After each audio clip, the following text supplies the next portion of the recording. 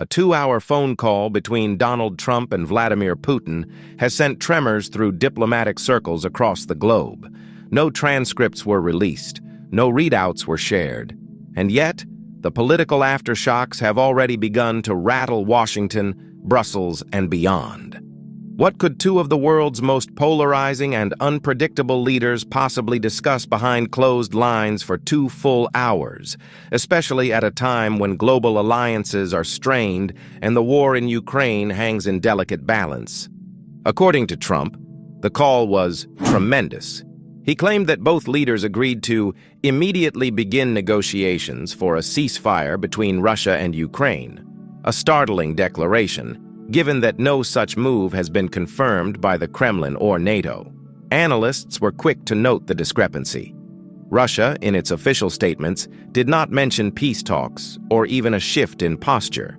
Instead, the Kremlin described the conversation as constructive and private, diplomatic code for anything from polite disagreement to geopolitical theater. But what has left world powers most unsettled isn't what was said. It's what wasn't. With no observers on the line and no record of what was exchanged, speculation is running wild.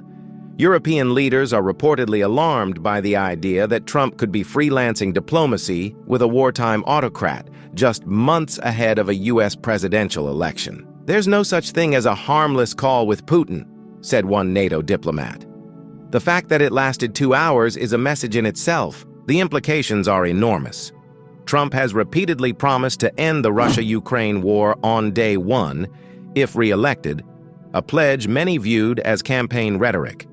Now, this call is being interpreted as a preview of how he might attempt to reshape foreign policy unilaterally, bypassing not only the current administration, but long-standing allies. Adding to the unease is Trump's insistence that Putin wants to end the war. While that may be politically useful for Trump's narrative, foreign policy experts warn that it contradicts every known signal coming out of Moscow.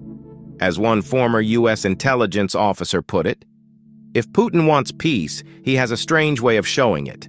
You don't shell hospitals and escalate offensives if you're preparing to compromise." Yet Trump's language suggests something more personal.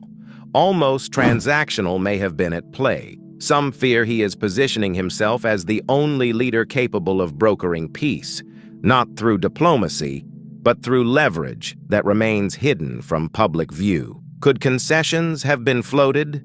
Sanctions, relief, security guarantees?